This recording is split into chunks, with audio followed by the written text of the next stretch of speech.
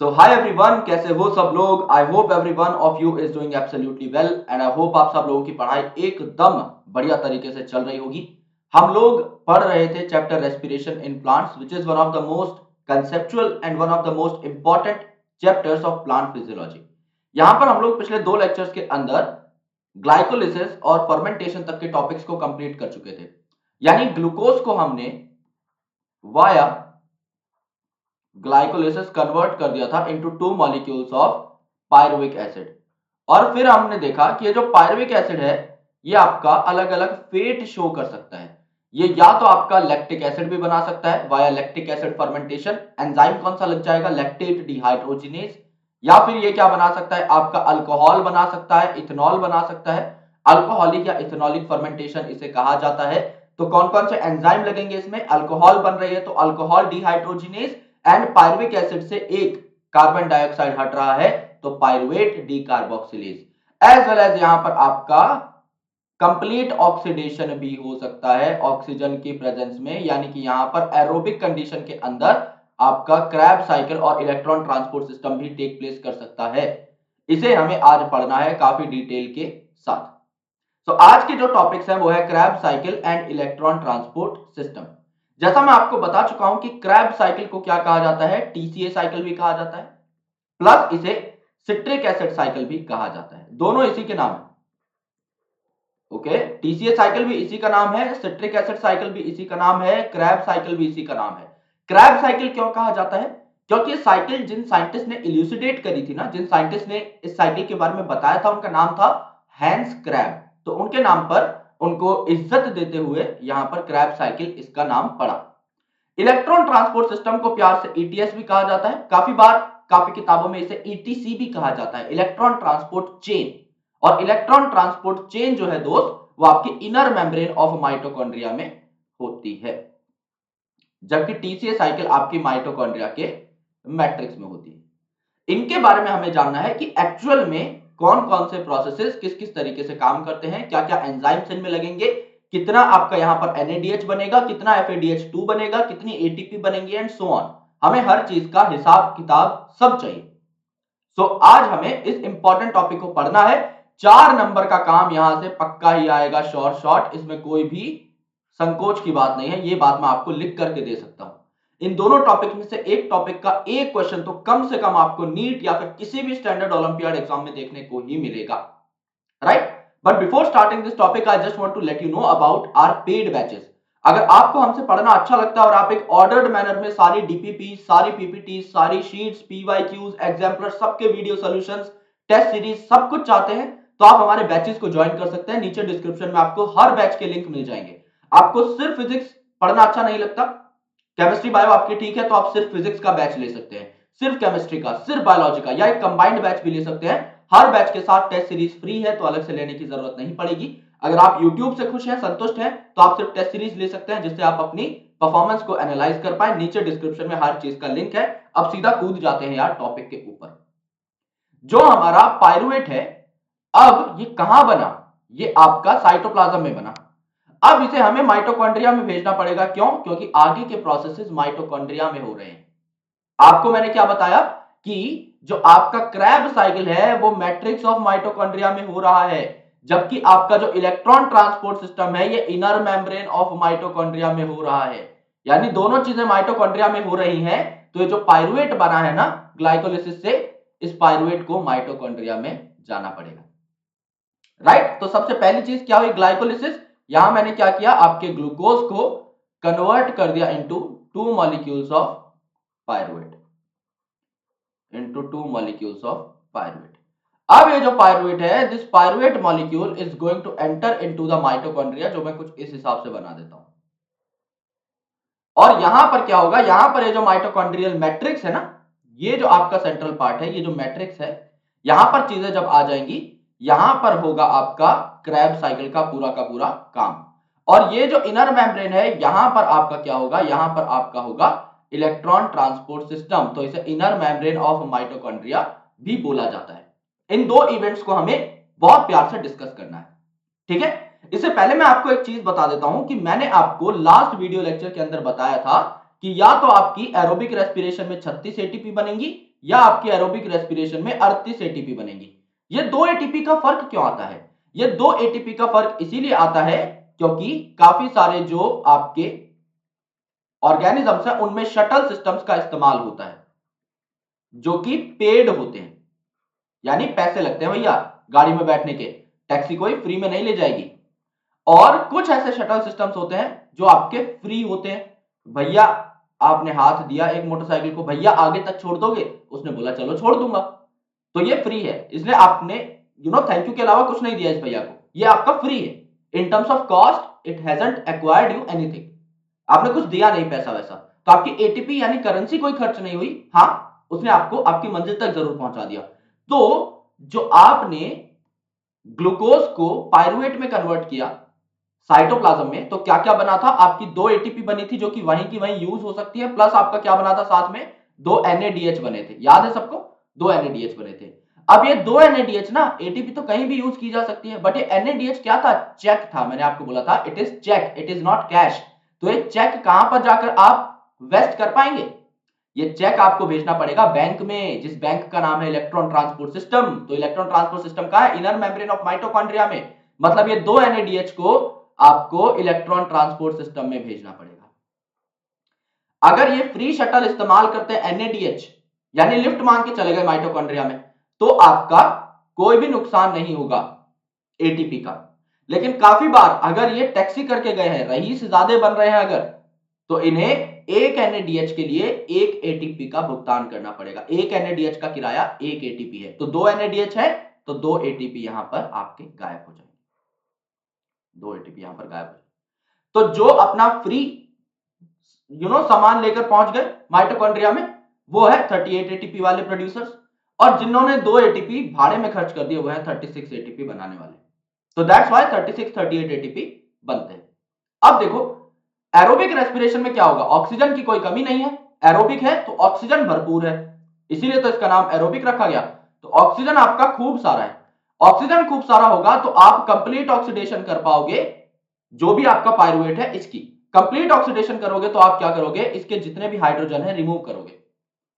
Oxidation का मतलब क्या होता है? ऑक्सीजन लगाना या हाइड्रोजन खींच लेना। इसके सारे आप हाइड्रोजन खींच दोगे और ऑक्सीजन ऑक्सीजन वहां रह जाएंगे, तो ये सारे कार्बन सिर्फ CO2 के फॉर्म में कन्वर्टेड रहेंगे, which is the most oxidised form of carbon. भाई कार्बन सबसे ज्यादा ऑक्सीजनेटेड कब होगा? जब उस पे हर पोजीशन पे O लगा हो। अब कार्बन कितने बॉन्ड बना सकता है? 4 बॉन्ड बना सकता है, 2 बॉन्ड इस ऑक्सीजन के साथ, 2 बॉन्ड इस ऑक्सीजन के साथ, तो इससे ज्यादा ऑक्सीजन तो लग ही नहीं सकते। तो this is the most oxidised form of carbon, इस फॉर्म में कार्बन रिलीज होता है। और यहां पे जो आपके हाइड्रोजन एटम्स रिलीज होंगे ना, तो ये हाइड्रोजन एटम क्या होते हैं? हाइड्रोजन एटम में आपका एक प्रोटॉन है प्लस एक इलेक्ट्रॉन है। तो आप क्या बोलोगे? Removal of hydrogen, removal of electron, ये सारी चीजें आप बोल सकते हो। तो क्या होगा यहां पर? जो इलेक्ट्रॉन्स निकलेंगे ना, ये इलेक्ट्रॉन, या फिर आपको किताब में लिखा मिल सकता है वो हाइड्रोजन, आपका मॉलिक्यूलर ऑक्सीजन तक पहुंच जाएगा। यानी ये जो आपके पायरुवेट से हाइड्रोजन या इलेक्ट्रॉन्स निकलते जा रहे हैं, फाइनली ऑक्सीजन के पास जाएंगे और क्या बना लेंगे? वाटर बना लेंगे, ये पानी बना लेंगे। आखिरी मॉलिक्यूल जो बनता है पानी का बनता है, और इस दौरान आपको काफी सारी एटीपी मिल जाएगी। तो ये हुआ कैसे? पायरुवेट से कैसे हाइड्रोजन हटते जा रहे हैं, कैसे प्रोटॉन इलेक्ट्रॉन रिलीज होते जा रहे हैं, कैसे वो ऑक्सीजन तक पहुंचे? क्या ये इतना आसान है? नहीं, इसके लिए आपको काफी सारे स्टेप्स से गुजरना पड़ेगा, वो स्टेप्स हम लोग अभी पढ़ेंगे। तो क्या होता है दोस्त? सबसे पहले आपका जो ग्लूकोज था, उस ग्लूकोज ने आपका पायरुवेट बना लिया 3 कार्बन का, तो 2 मॉलिक्यूल ऑफ पायरुवेट आपके बने at the end of glycolysis. ठीक है, अब ये जो पायरुवेट है इसको माइटोकॉन्ड्रियल मैट्रिक्स में घुसना पड़ेगा और इसका हो जाएगा ऑक्सीडेटिव डीकार्बोक्सिलेशन। डीकार्बोक्सिलेशन मतलब कार्बन डाइऑक्साइड हटेगा, ऑक्सीडेटिव मतलब ऑक्सीजन की प्रेजेंस में। अगर कार्बन डाइऑक्साइड हटेगा तो कितने कार्बन का मॉलिक्यूल बचेगा? सोच के देखो, 3 कार्बन का आपका पायरुवेट था, 3 कार्बन का पायरुवेट था। अगर मैं बोलूं इस 3 कार्बन के पायरुवेट से मैंने एक कार्बन डाइऑक्साइड हटा दिया तो 2 कार्बन का एक मॉलिक्यूल बचेगा ना। इस 2 कार्बन के मॉलिक्यूल को कहा जाता है एसिटाइल कोएंजाइम ए। इसमें कोएंजाइम ए ऐड हो जाता है और एसिटाइल कोएंजाइम ए बनता है। तो यहां पर एक एंजाइम लगा, पायरुवेट डिहाइड्रोजिनेज। ठीक है, पायरुवेट डिहाइड्रोजिनेज के साथ काफी सारे कोएंजाइम्स थे जो इस एंजाइम को एक्ट करने में हेल्प कराते हैं, जैसे कि आपका NAD पॉजिटिव एंड आपका कोएंजाइम ए जो कि ऐड हो जाएगा बकायदा एसिटाइल ग्रुप के साथ। तो यहां पर देखो पायरुविक एसिड था आपका 3 कार्बन का, कोएंजाइम ए आपका ऐड हो चुका है, NAD आपका NADH में कन्वर्ट हो जाएगा, तो आपको पर पायरुविक एसिड मॉलिक्यूल एक NADH इस रिएक्शन में भी देखने को मिलता है, जिसे आप कहते हैं ऑक्सीडेटिव डीकार्बोक्सिलेशन। तो एक NADH आपका पर पायरुविक एसिड यहां पर बना, तो आपके एक ग्लूकोज से कितने पायरुविक एसिड बने थे? 2, तो यहां पर कितने NADH बन जाएंगे? 2, इस बात को याद रखना, ठीक है। और यहां पर 3 कार्बन का पायरुविक एसिड था, तो एक कार्बन का CO2 यहां निकल गया, तो एसिटाइल कोएंजाइम में कितने कार्बन का बचा? 2 कार्बन का। सिंपल सी बात है, राइट। Mg यहां पर एज अ कोफैक्टर प्रेजेंट है, पायरुवेट डिहाइड्रोजिनेज आपका यहां पर एंजाइम है, which is very very important, इसे पीडीएच भी बोलते हैं, राइट। पायरुवेट डिहाइड्रोजिनेज को आप पीडीएच भी लिख सकते हो, जैसे लैक्टेट डिहाइड्रोजिनेज को हम लोग एलडीएच लिख रहे थे, यहां पीडीएच भी से लिख सकते हैं।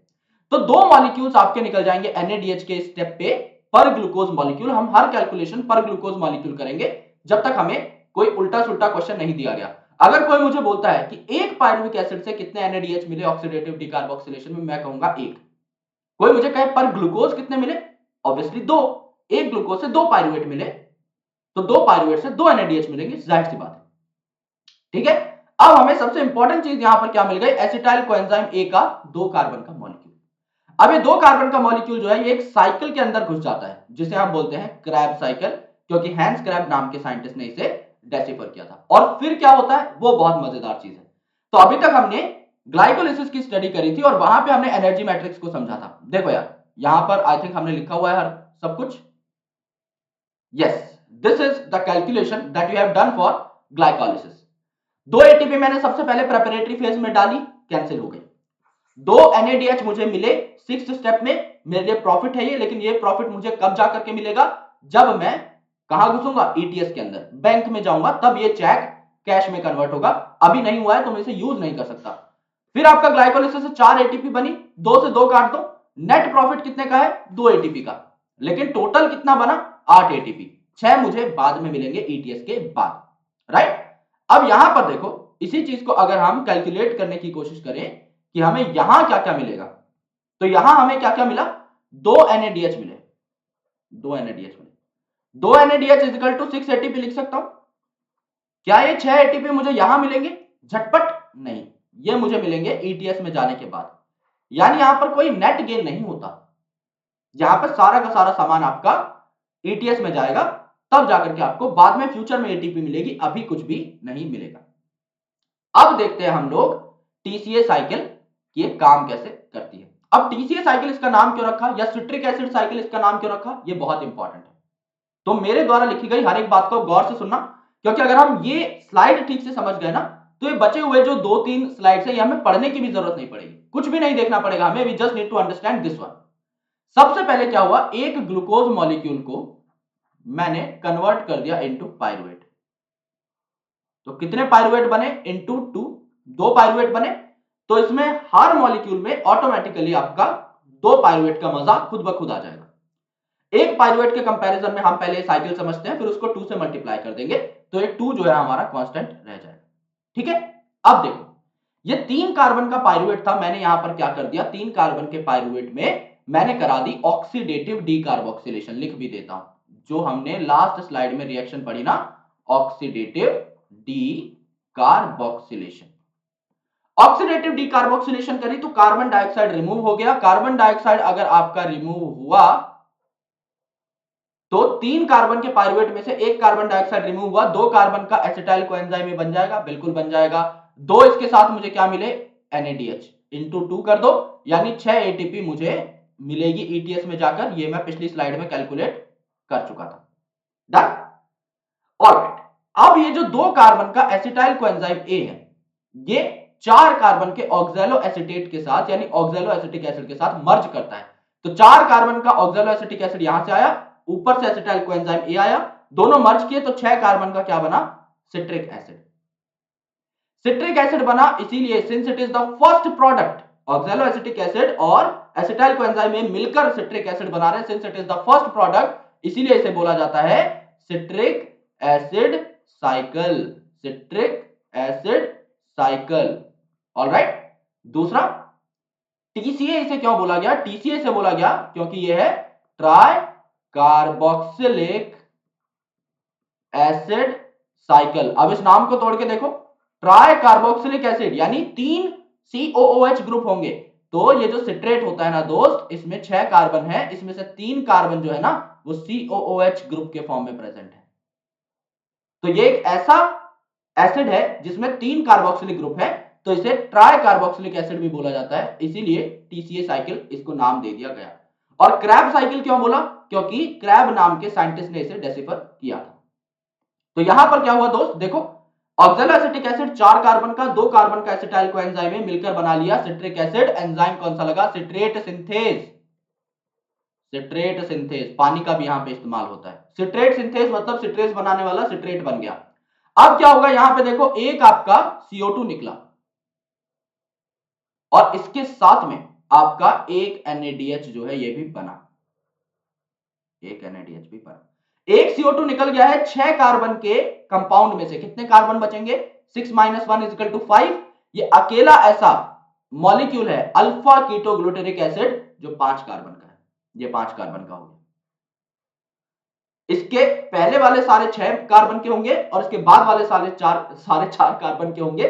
तो ये अकेला 5 कार्बन का है। ये याद रखना है, alpha ketoglutarate is very very specific, is very very specific. ठीक है, अब इसमें से एक और कार्बन डाइऑक्साइड निकला। मैंने आपको क्या बताया, अकेला 5 कार्बन का है, तो इसके बाद के सारे क्या होंगे? 4 कार्बन के होंगे। तो इससे CO2 निकालना पड़ेगा, तो इससे एक और CO2 निकल गया। CO2 अब अकेला नहीं निकलेगा, तो CO2 आपका एक और NADH यहां पर बना लेगा, एक और NADH यहां बना लेगा। तो दो जगह पर NADH बने और दोनों जगह पर CO2 निकला। फिर यहां पर क्या होता है, सक्सिनाइल कोएंजाइम A नाम का एक केमिकल बनता है, एक मॉलिक्यूल बनता है 4 कार्बन का। और वो सक्सिनाइल कोएंजाइम A जब सक्सिनेट में यानी सक्सिनिक एसिड में कन्वर्ट होता है, 4 कार्बन का सक्सिनाइल कोएंजाइम A जब 4 कार्बन के सक्सिनिक एसिड में कन्वर्ट होता है, तो यहां GTP बनती है। और ये GTP क्या करती है, ये GTP आपका ATP में कन्वर्ट हो जाती है। जीटीपी आपका एटीपी में कन्वर्ट हो, तो इसे आप एक एटीपी गिनेंगे। ठीक है, जीटीपी भी बोल सकते हो, एटीपी भी, कोई दिक्कत नहीं है, इसे आप एटीपी गिनते हैं। क्योंकि ये अपना फॉस्फेट जो है ना, जीटीपी जो है ये अपना फॉस्फेट एडीपी को दे देती है, तो ultimately it got converted into ATP. तो सक्सिनाइल कोएंजाइम ए से सक्सिनिक एसिड बना 4 कार्बन का। फिर यहां पर क्या है मेरे दोस्त, फिर यहां पर जब सक्सिनेट आपका मैलेट में कन्वर्ट होता है ना, तो आपका FADH2 निकलता है, FADH2 निकलता है। FADH2 की खास बात यह है कि जब ये ETS में जाएगा तो आपको 2 ATP देगा पर मॉलिक्यूल। NADH आपको 3 ATP दे रहा था, FADH2 आपको 2 ATP देगा। ठीक है, तो इसने मैलिक एसिड बना लिया 4 कार्बन का। मैलिक एसिड फिर आपका दोबारा NADH निकालता है और ऑक्सैलो एसिटिक एसिड में कन्वर्ट हो जाता है। और ऑक्सैलो एसिटिक एसिड से तो सारी चीजें स्टार्ट हुई ही थी, तो इसमें कोई भी दो राय नहीं है। अब मेरी बात सुनो यार, और यहां पर कैलकुलेशन देखो, just try to understand the calculation over here. यहां पर मैं एक बार हाईलाइट कर देता हूं कि कितनी पोजीशन पर NADH निकला। क्या ये पहली पोजीशन है जहां पर NADH निकला कार्बन डाइऑक्साइड के साथ? बिल्कुल, एक NADH निकला एक सिट्रिक एसिड मॉलिक्यूल के बाद, यानी 2 एसिटाइल कोएंजाइम ए को अगर कंसिडरेशन में ले या 2 पाइरुवेट को अगर कंसिडरेशन में ले, तो 2 NADH निकले। फिर एक और CO2 के साथ अल्फा कीटोग्लूटरेट जब सक्सिनाइल कोएंजाइम ए में कन्वर्ट हुआ, तो एक और बार NADH निकला, यानी 2 NADH और निकले। और सबसे एंड वाले स्टेप में जब ऑक्सैलो एसीटेट आपका रीजनरेट हो रहा था, उस टाइम पे 2 NADH और निकले। तो टोटल आपके यहां पर क्या हुए, टोटल आपके 6 NADH आपके बने, 6 NADH आपके बने। इजिकल टू कितना हुआ, इंटू 3 कर लो, 18 ATP यहां पर बने। क्या यही बन जाएंगे? ETS में जाकर बनेंगे, ऑब्वियसली वो हमें पता है। एक पोजीशन ऐसी है जहां पर आपका क्या बना, एक पोजीशन ऐसी है जहां पर आपका FADH2 बना, एक पोजीशन ऐसी है जहां पर FADH2 बना, तो इंटू 2 हो जाएगा ऑटोमेटिकली। क्या हो जाएगा, आपको 2 FADH2 देखने को मिले। 2 FADH2 अगर देखने को मिले तो 2 इंटू 2 क्या हो जाएगा, 4 ATP हो जाएगा। ऑलराइट, इसके अलावा एक पोजीशन पर आपने क्या देखा, एक पोजीशन पर आपने देखा मेरे भाई कि यहां पर बना हुआ है आपका GTP GDP से, यानी यहां पर आपका क्या बन गया, ATP बन गया। एक पोजीशन पर ATP बना, मल्टीप्लाई कर देंगे बाय 2, क्या हो जाएगा, 2 ATP आपको मिले, स्लैश GTP भी लिख सकते हो, कोई दिक्कत नहीं है। ये आपके नेट है, ये आप एज इट इज यूज कर सकते हो ना, ये आपके नेट है, ये आप अभी यहां पर यूज कर सकते हो। लेकिन बचे हुए जो NaDH और FADH2 के हैं ये आप बाद में यूज कर पाओगे ETS में जाने के बाद।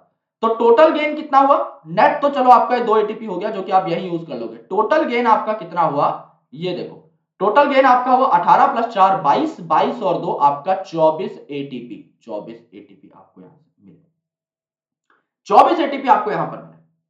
बात समझ में आई? तो this is the citric acid cycle जिसमें आपको टोटल इतनी सारी चीजें मिलती हैं। अब CO2 कितनी जगह पर निकला? CO2 आपका एक तो इस जगह पर निकला पहले NaDH के साथ, एक इस जगह पर निकला दूसरे NaDH के साथ। आप बोलोगे सर तीसरे NaDH के साथ नो CO2, क्यों नहीं निकला कोई CO2? मेरे भाई आपने स्टार्टिंग करी थी इस साइकिल की 6 कार्बन के सिट्रेट से, 6 कार्बन में से एक CO2 निकल गया, 5 कार्बन का अल्फा कीटोग्लूटरेट बना, अल्फा कीटोग्लूटरेट से एक CO2 निकल गया, 4 कार्बन का सक्सिनाइल कोएंजाइम ए बना।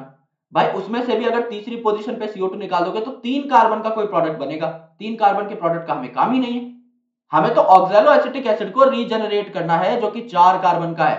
तो हम अफोर्ड ही नहीं कर सकते कि 3 कार्बन डाइऑक्साइड लॉस रहे। सिंपल सी बात है, 24 एटीपी यहां पर बन जाते हैं टोटल। टोटल 24 एटीपी का हमें यहां पर गेन देखने को मिला। ठीक है, अब इस गेम को बहुत गौर से, इसके ऊपर मैंने ना एक ट्रिक भी बना रखी है जो कि मेरे चैनल की काफी फेमस वीडियो है, 2.5-3 लाख व्यूज है उसके ऊपर। आप जाके सर्च भी कर सकते हैं डायरेक्टली कि Krebs cycle trick bye ozone classes. आप डायरेक्टली ऐसा लिखेंगे आपको सबसे टॉप पे वो ट्रिक मिलेगी, 5 मिनट की ट्रिक है और उसमें आपका सारा का सारा काम हो जाएगा। अब टोटल देखो यार यहां पर क्या क्या हुआ। सबसे पहले चलते हैं ग्लाइकोलिसिस में। ग्लाइकोलिसिस में आपको टोटल 8 एटीपी मिली, मानते हो?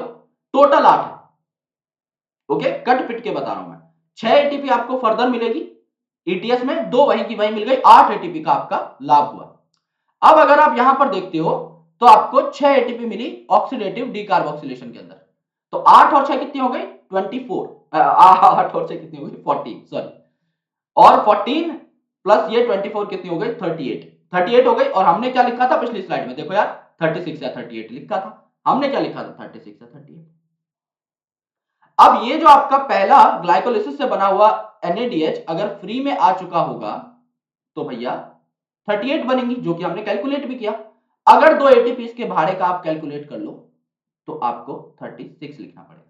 तो अगर आपसे कोई पूछता है नेट कितनी एटीपी बनी, नेट मतलब शटल सिस्टम यूज हुआ है, तो आप 36 लिखोगे। टोटल कोई पूछता है और 38 36 दोनों है और टोटल कोई पूछता है देन आपको 38 मार्क करना पड़ेगा। तो कंफ्यूजिंग क्वेश्चन यहां बनता है, but I have already told you कि आप कैसे मार्क कर सकते हो। ठीक है, अब देखो सिट्रेट सिंथेस से आपका क्या बनता है? सिट्रिक एसिड बनता है at the very first place of this cycle. GTP जो आपकी बनती है, सक्सिनाइल कोएंजाइम ए जब कन्वर्ट हो रहा था आपका सक्सिनेट में, तब जीटीपी आपकी जो है, देखो यार सक्सिनाइल कोएंजाइम ए जब कन्वर्ट हुआ आपका सक्सिनेट के अंदर तो एक फॉस्फेट मिला हमें। अब वो फॉस्फेट कहां लग गया? जीडीपी पे लग गया। जीडीपी प्लस फॉस्फेट यानी inorganic phosphate is equal to क्या बना यहां पे? जीटीपी। अब क्या होता है, ये जो जीटीपी है ना ये जीडीपी में कन्वर्ट हो जाती है। तो क्या छोड़ दिया इसने यहां पर? फॉस्फेट छोड़ दिया। ये फॉस्फेट कहां चला जाएगा? ये फॉस्फेट चला जाएगा एडीपी के पास। ओके, ये फॉस्फेट चला जाएगा एडीपी के पास और किसमें कन्वर्ट हो जाएगा? एडीपी प्लस पीआई, ये आपका कन्वर्ट हो जाएगा एटीपी के अंदर। तो इसे कपल रिएक्शन बोलते हैं हम लोग कि जब जीटीपी बनाया ना तो ऑटोमेटिक समझ लेना कि उसके बाद ऑटोमेटिकली आपका क्या बन जाएगा? एटीपी बन जाएगा फ्रॉम एडीपी। ऐसे 3 पॉइंट्स हैं जहां पर हमें क्या देखने को मिला कि आपका NaDH बना है। ऐसा एक पॉइंट है जहां पर FADH2 बना है और ऐसा एक पॉइंट है जहां पर आपका ATP बना है। ठीक है, अब आप क्या करोगे? जो NaDH बना है इसको आपको दोबारा NAD में कन्वर्ट करना है। ये जो FADH2 बना है इसको आपको दोबारा FAD में कन्वर्ट करना है। कहां होंगे ये कन्वर्ट? आपके बैंक के अंदर। यानी जब आप NaDH को और FADH2 को, जब आप NaDH और FADH2 को लेके जाओगे बैंक के अंदर यानी इलेक्ट्रॉन ट्रांसपोर्ट सिस्टम के अंदर, तो पहली बात तो ये आपको क्या दे देगा? ये आपको दे देगा ढेर सारी ATP और इनके प्रोटॉन्स वगैरह निकाल लेगा, इलेक्ट्रॉन्स वगैरह निकाल लेगा, इलेक्ट्रॉन ट्रांसपोर्ट सिस्टम में भेज देगा और इनको क्या करेगा?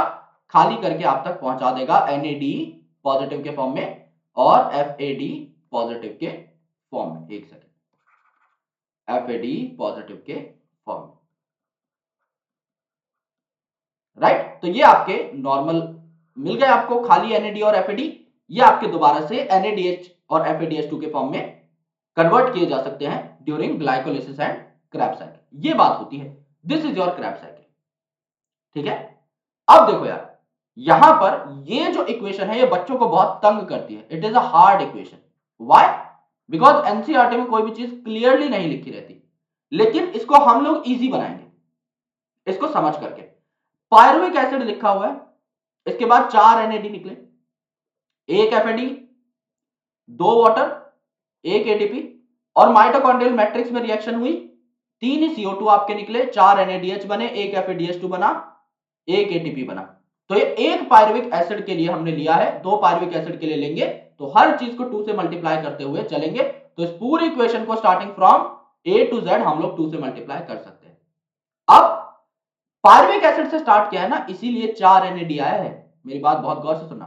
पायरुविक एसिड सबसे पहले किस में कन्वर्ट होगा? एसिटाइल कोएंजाइम ए में। तो यहां पर क्या निकला था? एसिटाइल कोएंजाइम ए में आपका एक NAD निकला था, NADH के फॉर्म में कन्वर्ट होने के बाद प्लस 3 कार्बन का पायरुविक एसिड था, एसिटाइल कोएंजाइम में 2 कार्बन का था, तो एक CO2 बन गया। तो एक CO2 निकल चुका है आपका इसी रिएक्शन में, और एक NADH आपका बन चुका है। अब ये एसिटाइल कोएंजाइम में जब क्रैब साइकिल में घुसेगा तो यहां कितनी पोजीशन पर NADH निकल रहे थे? 3 पोजीशन पर। 3 पोजीशन पर निकल रहे थे, एक पहले निकल गया, तो 3 पोजीशन पर आपके NADH निकले, एक पहले निकल गया, तो कितने हो गए टोटल? 4 NADH, टोटल 4 NADH, बात करेक्ट। यहां पर इन 3 NADH के साथ स्टार्टिंग के 2 NADH में आपके 2 CO2 भी निकले थे, 2 CO2 प्लस एक पहले वाले रिएक्शन में 3 CO2, 3 CO2 एकदम करेक्ट है। एक यहां पर आपका निकलेगा FADH2, एक FADH2 निकला, एक FADH2 ही होना चाहिए, निकला, बिल्कुल करेक्ट है। और एक यहां पर बीच में आपका FADH2 से पहले निकलता है GTP/ATP, कुछ भी लिख सकते हो, तो एक आपका ATP निकला, बात करेक्ट है, एकदम करेक्ट है। सिंपल सी बात है यार। काफी लोग इसको गलत कर देते हैं कि अरे सर क्रैब साइकिल में आपने तो बताया था कि 3 NADH निकलते हैं, एक FADH2, यहां 4 लिखा हुआ है। मेरे भाई यहां पायरुवेट भी तो लिखा हुआ है ना। अगर एसिटाइल कोएंजाइम में से आप ये रिएक्शन कराते तब तो 3 आ जाते NADH, 2 आपके CO2 आ जाते, एक FADH2, एक ATP। लेकिन अगर आपने पायरुविक एसिड को कंसिडरेशन में ले लिया है तो एक NADH बढ़ जाएगा, एक CO2 बढ़ जाएगा, तो वो इसमें बढ़ा दो, ऑटोमेटिकली सारी चीजें करेक्ट हो जाएंगी। ये बात नीचे सारा का सारा आपका यही बताया हुआ है, इसलिए मैंने इसमें कोई भी पॉइंट हाईलाइट नहीं किया है। अब यहां पर जो NADH बना और FADH2 बना, उसको आपको कन्वर्ट करना है इनटू कैश, उसको आपको कन्वर्ट करना है इनटू ATP। कैसे कन्वर्ट करोगे? इलेक्ट्रॉन ट्रांसपोर्ट सिस्टम में भेज के। Okay, and you can use oxidative phosphorylation. इसका मतलब बहुत गहरा है। फॉस्फोराइलेशन मतलब आपको फॉस्फेट ऐड करना है ADP के ऊपर। भाई ADP के ऊपर फॉस्फेट अटैच करोगे तभी तो आपका ATP बनेगा, मानते हो ना? तो ATP बनाने के लिए फॉस्फोराइलेशन तो करनी पड़ेगी, फॉस्फेट ऐड करना पड़ेगा। लेकिन ये कैसे हो सकता है? ऑक्सीडेशन रिडक्शन रिएक्शन से होगा। ये ऑक्सीडेशन रिडक्शन रिएक्शन से होगा, यानी ये रेडॉक्स रिएक्शन से होगा। ठीक है, तो ऑक्सीडेशन रिडक्शन रिएक्शन से हो रहा है, इसलिए इसे कहा जाता है ऑक्सीडेटिव। और फॉस्फेट तो ऐड हो ही रहा है, तो it is a kind of phosphorylation, तो कोई दिक्कत है ही नहीं। राइट? अब देखो आगे जो आप स्टेप करोगे, इसमें आप क्या करते हो? जो भी एनर्जी प्रेजेंट है आपका NADH के अंदर और FADH2 के अंदर, इसे आप क्या करते हो? यूटिलाइज करते हो, रिलीज करवा के, यानी आप ATP में इसे कन्वर्ट कर लेते हो।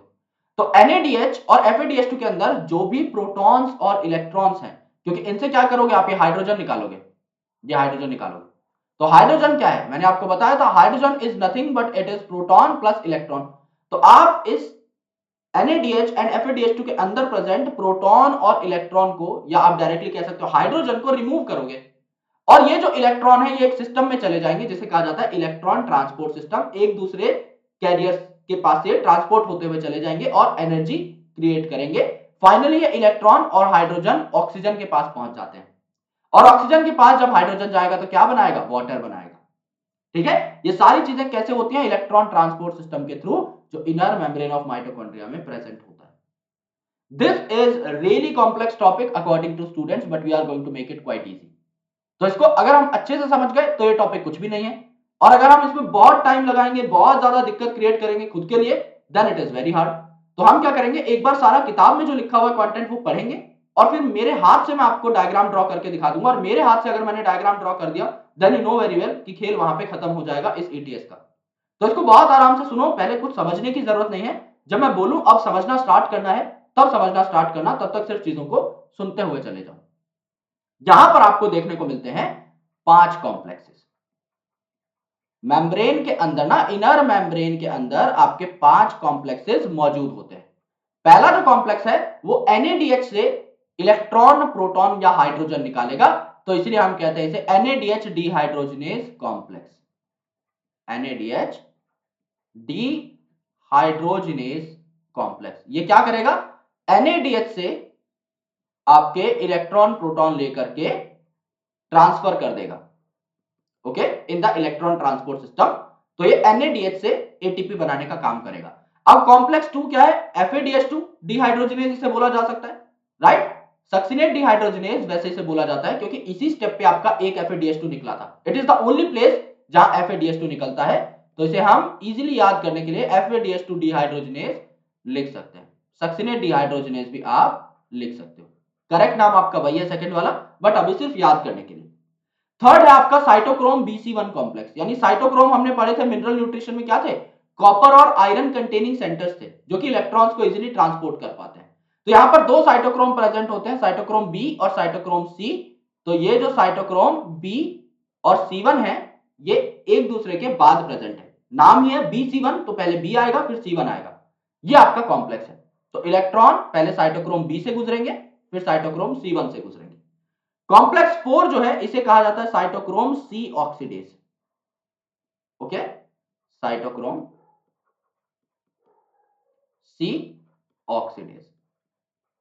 यहां पर आपके 2 साइटोक्रोम प्रेजेंट होते हैं, साइटोक्रोम A और साइटोक्रोम A3। तो सर साइटोक्रोम C ऑक्सीडेज क्यों नाम दिया, C तो इसमें है ही नहीं। मेरे भाई एक साइटोक्रोम C नाम का मोबाइल कंपोनेंट होता है जो यहां पे आके इलेक्ट्रॉन्स को पहुंचा देता है, तो इसीलिए इसे कहा गया साइटोक्रोम C ऑक्सीडेज कि C वाले साइटोक्रोम से यहां पे इलेक्ट्रॉन्स आएंगे। और पांचवा जो आपका कॉम्प्लेक्स है सबसे इंपॉर्टेंट है एटीपी सिंथेसिस के लिए, इसे कहा जाता है ATP synthase complex, ATP synthase complex. ठीक है, तो साइटोक्रोम सी ऑक्सीडेज में साइटोक्रोम ए है, साइटोक्रोम ए3 है, प्लस 2 आपके कॉपर सेंटर्स है। साइटोक्रोम मैंने आपको बताया था ना कॉपर और आयरन कंटेनिंग रहते हैं, तो यहां पे 2 कॉपर सेंटर प्रेजेंट रहते हैं। अब देखना है करते क्या क्या है, ओके। एटीपी सिंथेज आपका कॉम्प्लेक्स 5। एक NADH को अगर आप ऑक्सीडाइज करोगे तो 3 ATP मिलेंगी, और एक FADH2 को अगर आप ऑक्सीडाइज करोगे तो 2 ATP मिलेंगी, ये हमें पता है। ऑक्सीजन ऑक्सीजन हम करते रहते हैं कि एरोबिक कंडीशन, वेरोबिक कंडीशन, ऑक्सीजन का काम कहां है, अभी तक तो हमने कहीं ऑक्सीजन देखी नहीं। ऑक्सीजन का काम यह है कि फाइनल स्टेज पर ये सिर्फ इलेक्ट्रॉन को और हाइड्रोजन को अपने ऊपर अटैक करवा देगा, और हाइड्रोजन से जब ये अटैच हो जाएगा ना तो अल्टीमेटली क्या बना देगा, वाटर बना देगा, ओके। बैलेंस कर लेना इसको, कोई दिक्कत नहीं, राइट। यानी अगर O2 है तो यहां पे हाइड्रोजन कितने हो जाएंगे, 4 हाइड्रोजन यहां पे ऐड हो जाएंगे, एंड अल्टीमेटली 2 वाटर मॉलिक्यूल बन जाएंगे। This is the balanced equation. तो इसका काम क्या है, ये टर्मिनल आपका कहा जाता है टर्मिनल इलेक्ट्रॉन एक्सेप्टर, या इसे क्या कहा जाता है, टर्मिनल हाइड्रोजन एक्सेप्टर, दोनों ही बोल सकते हो, कोई भी दिक्कत नहीं है। मैं आपको कंसेप्ट बता ही चुका हूं भाई, हाइड्रोजन है तो वो प्रोटॉन और इलेक्ट्रॉन का मिक्सचर है, तो अगर आप हाइड्रोजन भेज रहे हो you are directly sending electrons also, right. तो अब देखो ऑक्सीजन जो है ये हाइड्रोजन को अपने पास बुला लेगा, फाइनल हाइड्रोजन एक्सेप्टर की तरह काम करेगा, एंड अल्टीमेटली क्या होगा, वाटर बना लेगा, ओके। और यहां पे आप ऑक्सीडेशन रिडक्शन रिएक्शन से आने वाली एनर्जी को इस्तेमाल करके एडीपी और इनऑर्गेनिक फॉस्फेट को कंबाइन कर रहे हो, तो इसे ऑक्सीडेटिव फॉस्फोराइलेशन कहा जाता है।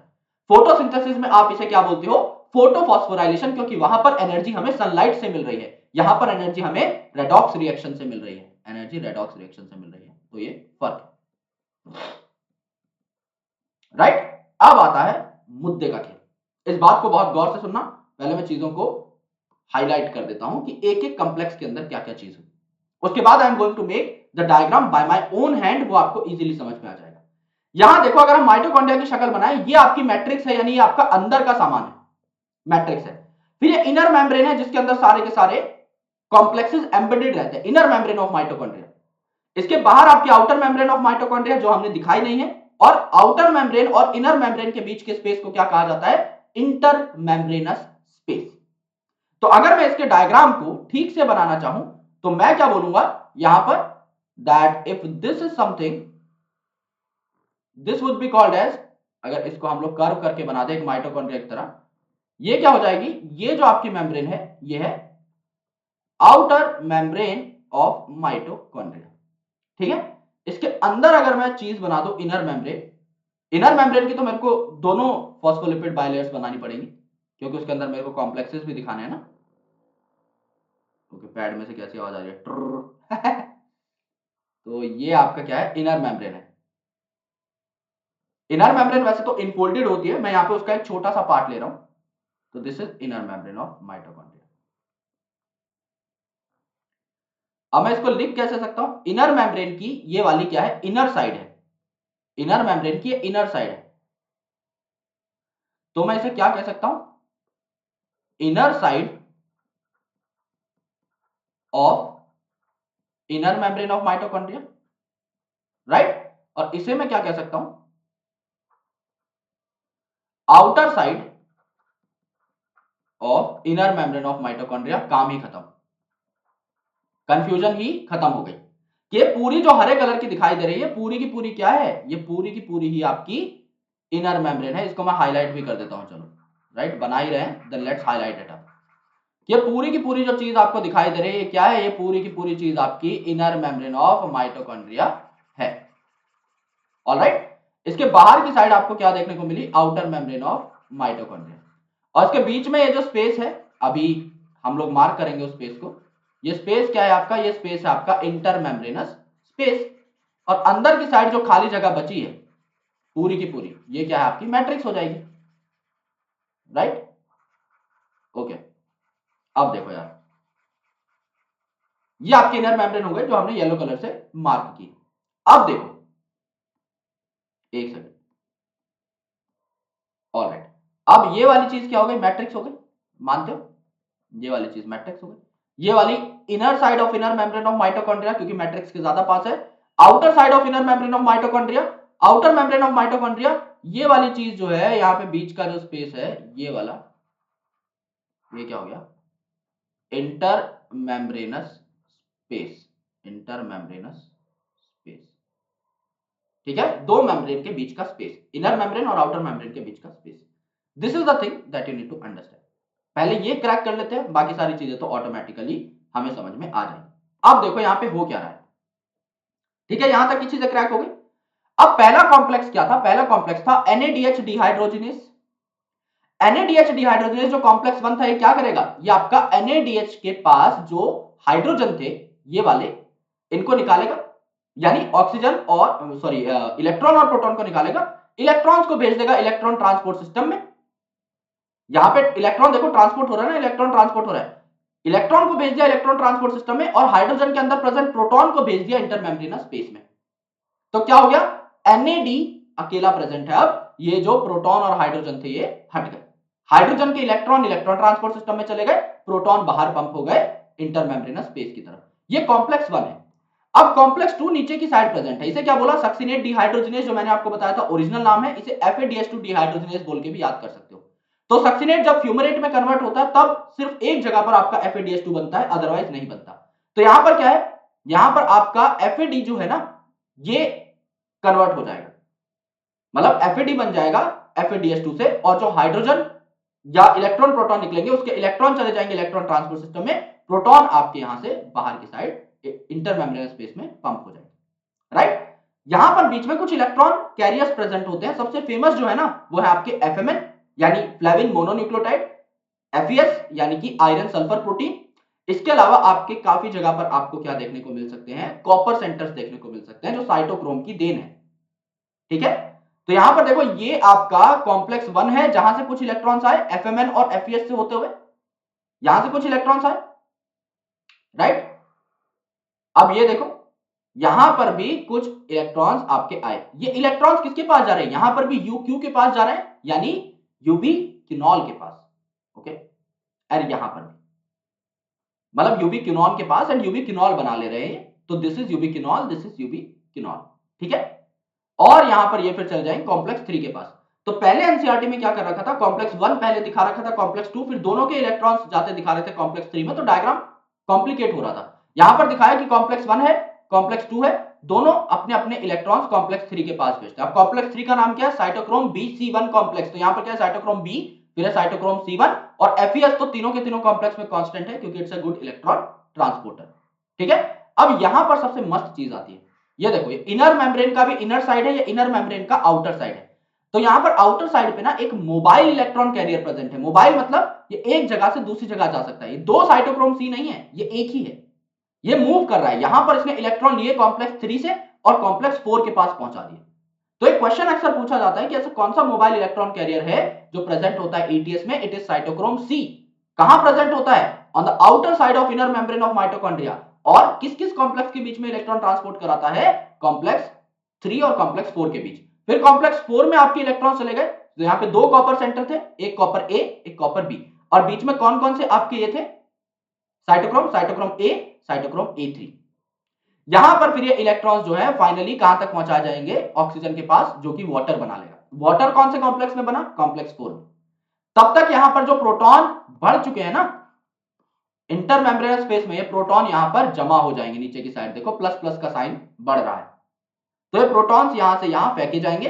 इस प्रोटॉन की वजह से एक फोर्स हमें मिलेगी जिसे कहते हैं हम प्रोटॉन मोटिव फोर्स, पीएमएफ।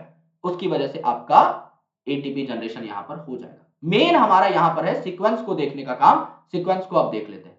अब मैंने क्या किया, यहां पर चार कॉम्प्लेक्स बना दिए। एक है आपका कॉम्प्लेक्स 1, NADH डिहाइड्रोजनेस। एक है आपका कॉम्प्लेक्स 3। कॉम्प्लेक्स 3 क्यों बोल रहा हूं मैं, क्योंकि कॉम्प्लेक्स 2 आपका नीचे बनेगा। तो इसको मैं थोड़ा सा क्या करता हूं, स्पेस देके बनाता हूं, क्योंकि मेरे को यूबिक्विनॉन यूबिक्विनॉल भी बनाना है। तो दिस इज कॉम्प्लेक्स 3। ठीक है, this is complex 2 and this is complex 4। Complex 5 हम अभी ना भी बनाए तो भी चलेगा, क्योंकि वो हम अलग से भी पढ़ेंगे इन कमिंग स्लाइड, तो कोई दिक्कत नहीं।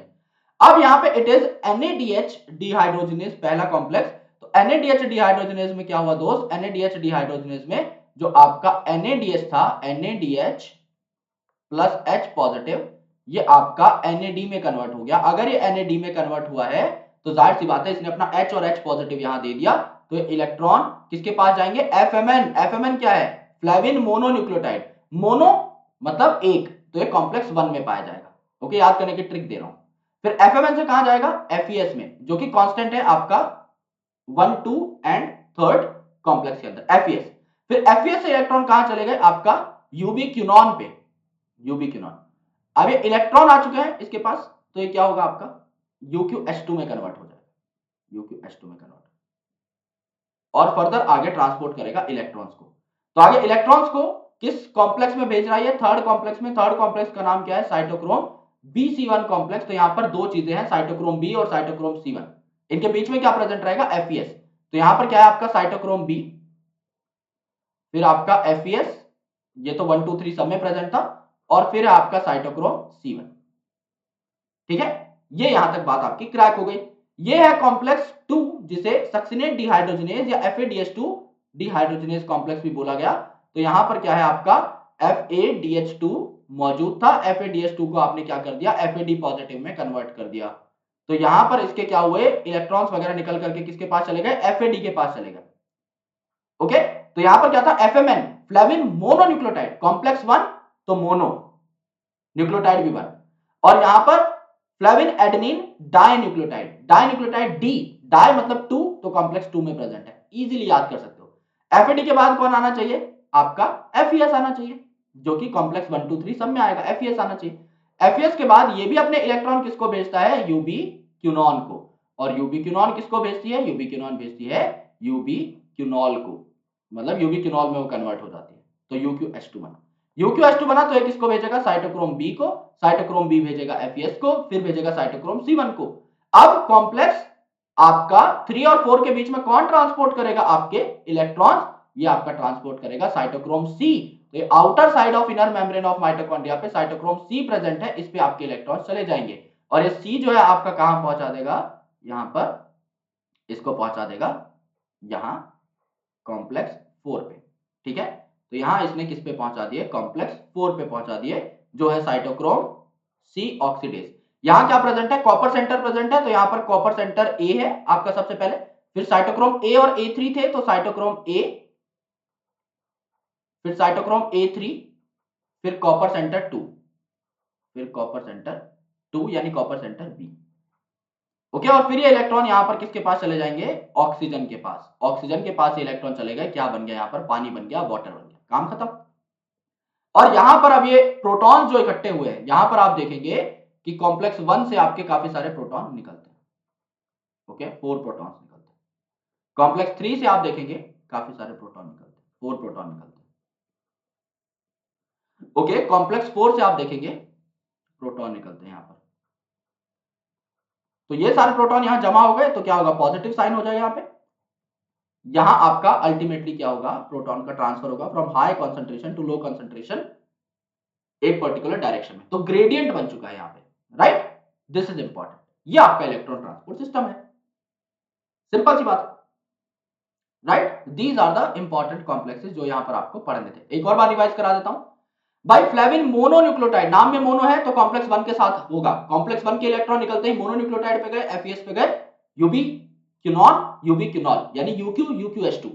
फिर कॉम्प्लेक्स 2 FADH2 से इलेक्ट्रॉन निकल करके यहां गए FAD के पास, फ्लेविन एडेनिन डाइन्यूक्लियोटाइड, तो डाइन्यूक्लियोटाइड कॉम्प्लेक्स 2 में प्रेजेंट होगा। फिर FES कांस्टेंट है, यूक्यू यूक्यूएस2। अब दोनों यूक्यूएस2 से इलेक्ट्रॉन आए साइटोक्रोम बी C1 कॉम्प्लेक्स के पास, साइटोक्रोम बी है, C1 है, बीच में FES लगा दो, तीनों कॉम्प्लेक्स में प्रेजेंट था। अब यहां पे एक मोबाइल इलेक्ट्रॉन कैरियर लेके जाता है चीजों को कॉम्प्लेक्स 4 तक, ओके, और यहां पहुंचा देता है। तो क्या हुआ, cytochrome A, A3, copper centre A, copper centre B, और अल्टीमेटली इलेक्ट्रॉन चले गए ऑक्सीजन के पास, वाटर बन गया, प्रोटॉन यहां पर जमा हो गए। तो इस साइड से इस साइड अब प्रोटॉन को भेजना पड़ेगा, जिससे आपकी एडीपी और पीआई कपल हो सके, ये बना सके आपका एटीपी। ये हमारी बात है, ये है आपका इलेक्ट्रॉन ट्रांसपोर्ट सिस्टम। समझे, काफी इजी है, काफी अंडरस्टैंडिंग है। तो अगर चाहो तो बहुत आसानी से समझ में आ सकता है। अब ये बस आपको दो चीजें समझनी है कि देखो यार, यहां जो F0 पार्टिकल है ना और F1 पार्टिकल है, ये मिलकर बनाते हैं आपका कॉम्प्लेक्स 5। तो F0 पार्टिकल तो मेम्ब्रेन के अंदर है और F1 पार्टिकल ना अंदर की साइड है, मैट्रिक्स की साइड है। तो ये क्या करेगा, मैट्रिक्स में प्रोटॉन्स को पंप करने में हेल्प करेगा, राइट। तो यहां पर देखो F0 जो आपका पार्टिकल है, ये आपका मेम्ब्रेन के अंदर है, मेम्ब्रेन के अंदर गड़ा हुआ है इनर मेम्ब्रेन में। जबकि F1 जो है ये आपका क्या है, मैट्रिक्स की तरफ है, ये आपका क्या है, टुवर्ड्स मैट्रिक्स है, टुवर्ड्स मैट्रिक्स है, क्योंकि मैट्रिक्स की तरफ हमें फेंकने हैं ना प्रोटॉन। ये क्या है, आपकी इंटर मेम्ब्रेनस स्पेस है। इंटर मेम्ब्रेनस स्पेस में तो प्रोटॉन बहुत ज्यादा है, और यहां पर प्रोटॉन कम है मैट्रिक्स में, तो यहां पर भेजने हैं। पर प्रोटॉन आपके पॉजिटिव है, मैं पॉजिटिव से बनाकर दिखा रहा हूं। क्या कोई पॉजिटिव चीज आप लोग मेम्ब्रेन से डायरेक्टली पास करा सकते हो, द आंसर इज नो। चार चीजों को तो प्लाज्मा मेम्ब्रेन पास ही नहीं होने देगी। तो हमें क्या चाहिए, कैरियर चाहिए, इसीलिए तो ये यहां पर इंपॉर्टेंट है ना, इसीलिए तो ये इंपॉर्टेंट है। ये एक टनल का काम करता है जो कि प्रोटॉन्स को एक जगह से दूसरी जगह फेंकने में हेल्प करेगा। तो जब भी दो प्रोटॉन यहां से गुजरेंगे, तो दो प्रोटॉन जब इस F1 पार्टिकल से गुजरेंगे तो एनर्जी मिलेगी प्रोटॉन की वजह से, प्रोटॉन की मोशन की वजह से फोर्स मिलेगा, प्रोटॉन मोटिव फोर्स। और यहां पर जो एडीपी और पीआई हैं, ये पास पास रहेंगे, और जैसे ही इन्हें एनर्जी मिलेगी ना, ये पास पास आकर एक दूसरे से जुड़ जाएंगे, मैजिक क्रिएट होगा और बन जाएगी एटीपी। तो दो प्रोटॉन चाहिए आपको एक एटीपी बनाने के लिए। तो आपको कोई पूछे कि एक NADH बनाने, एक NADH से एटीपी निकालने के लिए कितने प्रोटॉन की आवश्यकता है, क्वेश्चन बहुत गौर से सुनना। एक NADH से कितनी एटीपी बनेंगी, 3 एटीपी। 3 एटीपी कब बनेंगी, जब भैया 6 प्रोटॉन गुजरेंगे, डबल कर दो। समझ रहे हो। अब सिमिलरली आपको कोई बोले एक FADH2 से एटीपी बनाने के लिए कितने प्रोटॉन लगेंगे, एक FADH2 मतलब आपके 2 एटीपी, 2 एटीपी मतलब आपके डबल कर दो, 4 प्रोटॉन, काम खत्म। ये आपके क्वेश्चंस इस हिसाब के आते हैं। तो F1 और F0 पार्टिकल जो है आपके, ये मिलकर के कॉम्प्लेक्स 5 बनाते हैं। F1 कहलाता है आपका हेड पीस, जो कि पेरिफेरल मेम्ब्रेन है, मेम्ब्रेन प्रोटीन है, ये आपका मैट्रिक्स की साइड प्रेजेंट है। ओके, और यहीं पर आपका एटीपी बनता है, एडीपी और पीआई जुड़ते हैं। तो मेन जो आपका एटीपी सिंथेज है ना, वो ये वाला पार्ट है, यहीं पे क्योंकि रिएक्शन हो रही है ना, तो it is the main part. और ये वाला पार्ट आपका मेम्ब्रेनस पार्ट है, जो पैसेज में हेल्प करता है, जो प्रोटॉन को मेम्ब्रेन को क्रॉस करने में हेल्प कराता है। तो जो एफ नॉट है, ये मेम्ब्रेन में इंटीग्रेटेड है और ये आपका प्रोटॉन्स को क्रॉस कराने में हेल्प करता है। जब दो प्रोटॉन क्रॉस होंगे आपके एफ नॉट से, जब वो एफ वन से गुजरेंगे, तब एक एटीपी आपका बनेगा। This is the standard protocol. So I hope आपको क्रैब साइकिल ईटीएस बहुत अच्छे तरीके से समझ में आ गया होगा। ईटीएस की ट्रिक मैंने इसी वीडियो में दे दी है। क्रैब साइकिल अगर आपको अच्छे से ट्रिक से याद करना है, समझना है, तो यहां पर समझ में आ गया होगा, लेकिन ट्रिक से अगर याद करना है तो आप मेरी एक वीडियो देख सकते हैं। आपको सीधा जाके सर्च करना है Krebs cycle trick bye ozone classes and you will get that video. दोस्तों, हमारी टेस्ट सीरीज लॉन्च हो चुकी है, जिसका प्राइस है 999 रुपीज। आप लोगों को यहां पर लगभग 10,000 के आसपास क्वेश्चन मिलेंगे। हमने थोड़ा मॉडेस्ट होकर ये नंबर निकाला है। तो अगर आप इसे ज्वाइन करना चाहते हैं, अगर YouTube से आपकी पढ़ाई एकदम अच्छी चलती है, तो आप इस टेस्ट सीरीज को ज्वाइन कर सकते हैं। लेकिन अगर आपको लगता है कि आपको कोई बैच भी ज्वाइन करना चाहिए, तो किसी भी बैच के साथ, चाहे वो सिर्फ बायोलॉजी हो, चाहे सिर्फ फिजिक्स हो, सिर्फ केमिस्ट्री का किसी भी बैच के साथ, इंडिविजुअल या कपल्ड बैच के साथ आपको हमारी टेस्ट सीरीज मिलती है। तो आई विल रेकमेंड यू कि rather than purchasing a test series for 1000 rupees, you can go for a batch in 1500 rupees. Automatically आपके क्या होंगे, 500 रुपए एक्स्ट्रा लग जाएंगे, लेकिन आपको एक अच्छा बैच भी मिल जाएगा, जिससे आपको कभी भी अगर प्रॉब्लम होती है किसी भी सब्जेक्ट में, तो आप वीडियोस को डायरेक्टली देख सकते हो। डीपीपी, पीडीएफ, नोट्स वगैरह सारी चीजें आपको एकदम फुल फ्लेजेड फॉर्म में मिलेगी। So please make sure to join any batch. नीचे डिस्क्रिप्शन में सारे के सारे लिंक्स आपको मिल जाएंगे। हमारे एप्लीकेशन को आप लोग इंस्टॉल कर सकते हो। यहाँ पे काफी सारे क्वेश्चन बैंक्स भी हैं, जिनका प्राइस 10 रुपए से 100 रुपए तक वेरिएबल फॉर्म में प्रेजेंट है। तो आप क्या कर सकते हो, उनको अवेल कर सकते हो। And rather than scrolling Facebook और Instagram, you can scroll the Marks of Learning application, जिससे आपके मार्क्स भी बढ़े। और मार्क्स ऑफ लर्निंग एप्लीकेशन नाम के टेलीग्राम चैनल को यार ज्वाइन कर लो। लास्ट वीडियो बची हुई है इस चैप्टर की, जहां पर हम एम्फिबॉलिक पाथवे के बारे में पढ़ेंगे, रेस्पिरेटरी क्वेश्चन के बारे में पढ़ेंगे। वो टॉपिक आपका कंप्लीट होते ही मैं आपको इस चैप्टर के नोट्स भी प्रोवाइड कर दूंगा। तो ये आपको सिर्फ टेलीग्राम पे मिलते हैं। नीचे डिस्क्रिप्शन में पहला लिंक है, एटलीस्ट ये आप ज्वाइन कर लीजिएगा। So thank you so much guys for watching this lesson up. I really hope कि आपको ये दोनों चीजें समझ में आई होंगी, अच्छी लगी होंगी। बेहतर तरीके से आप इन्हें कंसेप्चुअलाइज कर पाएंगे और पेपर को आसानी से फोड़ पाएंगे। अगर आपको ये सारी चीजें पसंद आती हैं, तो आप इस चैनल को सब्सक्राइब कर सकते हैं एंड अल्टीमेटली आप अपने दोस्तों के साथ हमारी वीडियोस को शेयर भी कर सकते हैं। शुक्रिया, bye bye, take care, will catch you in the next video, bye.